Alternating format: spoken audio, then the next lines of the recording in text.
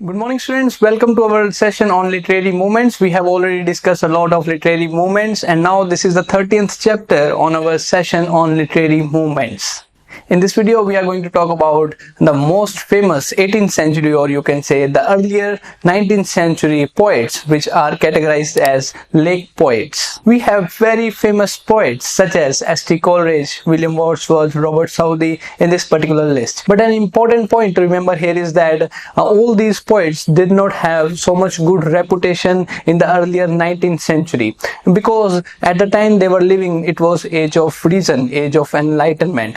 Yes, in 1798 we have a new age, romantic age, but when they were living, it was the age of reason, age of logic, age of, you can say, enlightenment, age of rationality, age of Samuel Johnson, Alexander Pope, so on and so forth. So it was William Wordsworth who came outside of this particular discourse, age of logic, and started experimenting with a new type of poetry, with a new type of writing style, which is to explain the incidents of everyday life through his poems. So the age of romanticism began in 1798 after the publication of Lyrical Ballad. In 1801 William Wordsworth wrote the preface also, but there is a long struggle that romantic poets have faced in order to let the people accept them. Yes, it is not like William Wordsworth published Lyrical Ballad in 1798 and suddenly there is a transformation of the ages from age of reason to age of romanticism.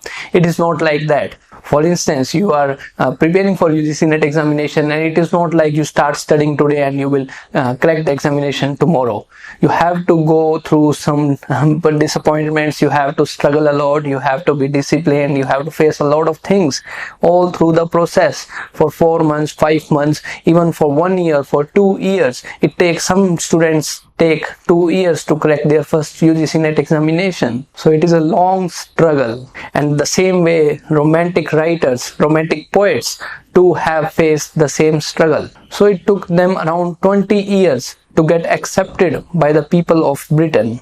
And for around 17 to 20 years they faced a lot of criticism, and among all those criticism, among all those struggling period, the very sharp criticism was done by Francis Jeffery in the magazine Edinburg Review.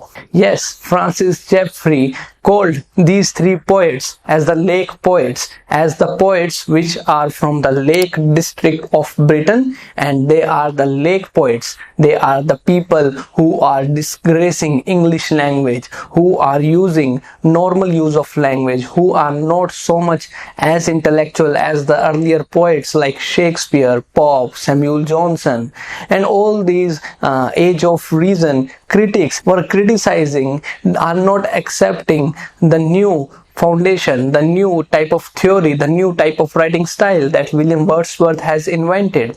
So these romantic poets, for them, were the lakers, are the wild ducks of the lake, are the poets who are disgracing English language, who do not know how to use the language, who do not know how to stick by the rules, who are disrespecting everyone, every poet of Britain. And that is how the term lake poets, which is a derogatory remark, came into existence and associated with these three poets, generally these three poets, Coleridge, William Wordsworth and Robert Southey. So in the later part of this video, we are going to discuss some of the interesting facts and some of the points that are important from UGC-NET perspective. But before we continue, if you are one of those students who are preparing for UGC-NET examination or GATE examination in English literature, then don't forget to check out our study material on both paper 1 and paper 2 on our official website limitlessliterature.com. Check the link in the description below to know more about our study material. So now let's continue our discussion on this particular literary movement, lake poets. Many of us has devalued the importance of literary criticism in English literature.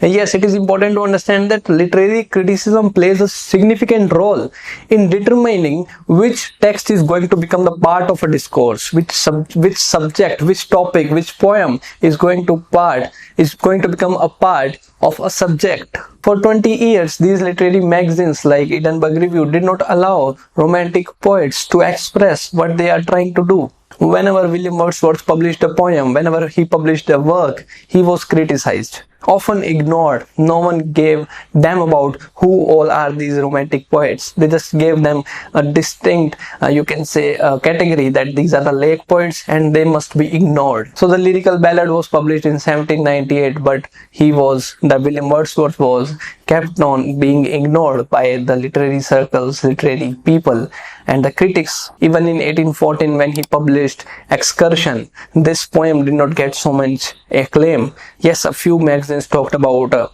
favored this particular writing style, of how to write a poetry, but no other literary critic or any other poet at that time gave so much value to these literary poets like Wordsworth and Coleridge. Even in 1819, when Peter Bell, which is a work by William Wordsworth, was published, he was criticized for using the wrong rhyme scheme.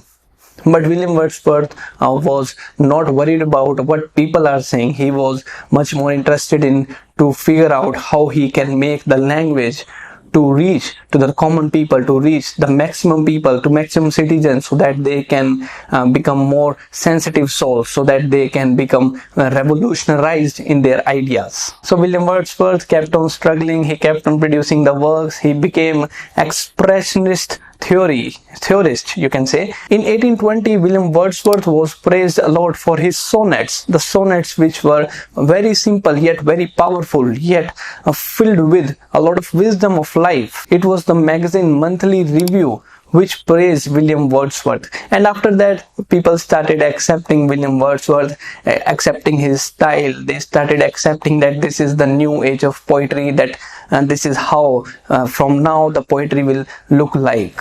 So there was Edinburg Review who kept on attacking William Wordsworth, and then after 20 years or 23 years, the monthly Review, another magazine, came and started favoring William Wordsworth. From here, the dark years of romantic movement, romantic poets were passed by, and a new kind of poetry was established, and then came another wave, the second generation romantic poets such as Thomas de Quincey, Charles Lamb, John Keats, P.B. Shelley and Lord Byron. Yes, Lord Byron was sort of a notorious poet, and he kept on attacking the lake poets, particularly Robert Southey. But his indifferences with Robert Southey is not because of the type of writing style, but because of political differences or other sort of differences. And he even went on to say that Robert Southey's wife is in the profession of prostitution, and it made Robert Southey very much angry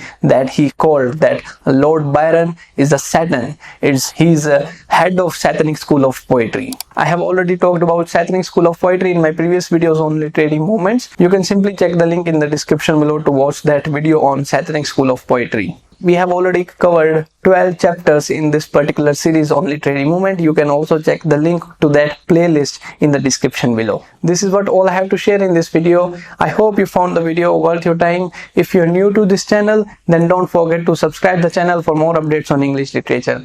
That's it for this video. Thank you.